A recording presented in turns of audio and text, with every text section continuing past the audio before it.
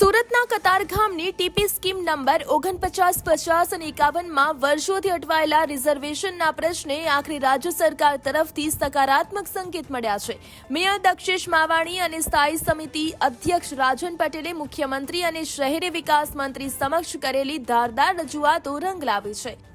વર્ષોથી પડતર આ માંગણી અંગે છેક દિલ્હીથી ફોન આવતા પાલિકા તંત્રમાં દોડધામ મચી ગઈ હતી અને ટેકનિકલ સ્ટાફ સાથે વિસ્તૃત ચર્ચા કરવામાં આવી હતી। આગામી દિવસોમાં આ વિસ્તારના હજારો પરિવારો માટે મોટા ડેવલપમેન્ટ અને રાહતના સમાચારની જાહેરાત થઈ શકે છે।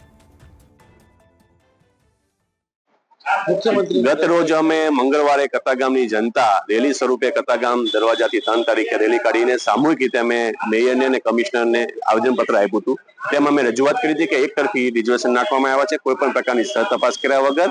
ટીપી 4950-51 ની અંદર 1 લાખ લોકોને આ પ્રશ્નો હોય રિઝર્વેશનમાં અસર કરતો, ત્યારે મેયર એવું કીધેલું હતું કે આ બાબતે આપણે 2 થી 3 દિવસની અંદર આપણે આપણા પ્રતિનિધિ મંડળના 10 વ્યક્તિઓને સાથે લઈને આપણે સ્ટ્રોંગમાં સ્ટ્રોંગ રજૂઆત આપણે મુખ્યમંત્રીને કરીશું। પરંતુ અમને ત્યાં લઈ જવામાં નથી આવ્યા, પરંતુ અમને લઈ નથી જવામાં આવ્યા, અમને કઈ વાંધો નથી, પરંતુ અમે એટલું જ વાત કરીએ છીએ કે સરકાર આ બાબતે જલ્દીમાં જલ્દી તરીકે આ વખતે આશ્વાસન નહીં, આનું ફક્ત જલ્દીમાં જલ્દી તરીકે અમલીકરણ થાય એ જ અમારી રજૂઆત છે। કેમ કે ટીપી 4950-51 ની અંદર કેટલાક રહેણાંક મકાનો છે, ખુલ્લા પ્લોટ છે, સોસાયટીની વાડીઓ છે કે જેની અંદર મકાનોની અંદર લોકોને બાંધકામ કરવું છે, કેટલીક મિલકતો લોકોને વેચવી છે, તો કેટલીક મિલકતો ઉપર લોન લીધેલી છે। ત્યારે આવી એક બાજુ મંદીનું વાતાવરણ હોય ત્યારે આ બધા ખૂબ જ કઠિન અને મૂંઝવણ કરતા પ્રશ્નો છે, ત્યારે કતારગામ જોને અમારી પાસેથી લીધેલો કબજો છે અમને જલ્દી તરીકે પરત મળે અને અમે એ બાબતે રિઝર્વેશન જો દૂર કરે સરકાર તો અમે જલ્દીમાં જલ્દી તરીકે એનું બાંધકામ કરી શકીએ અને અમને અમારો હક મળે એ જ અમે રજૂઆત કરીએ છીએ। એટલે સરકારને ફરી વાર અમે રજૂઆત કરીએ છીએ કે અમને 3 વર્ષથી જે આશ્વાસન આપી રહ્યા છો તો આ વખતે આશ્વાસન નહીં પણ આનું અમલીકરણ જલ્દીમાં જલ્દી તરીકે થાય એ બાબતની અમારી મુખ્ય રજૂઆત છે। અમારું જે આ મિલકત છે 2004 પહેલાની છે, જે 25-30 વર્ષથી અમારી માલિકીની મિલકત છે, એના પર સરકાર જ્યારે 20-25 વર્ષ પછી રિઝર્વેશન નાખી રહી છે ત્યારે એ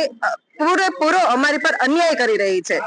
જ્યારે સરકારને મત જોઈએ છે ત્યારે આમ જનતા પાસે 2 હાથ જોડીને આવે છે કે અમને મત આપો, અમને આગળ વધારો। આમ જનતા માટે પ્રતિનિધિત્વ કરે છે કે આમ જનતાનો મત લઈ અને અમારો જે પ્રશ્ન છે એનું નિવારણ એ ધારાસભ્યમાં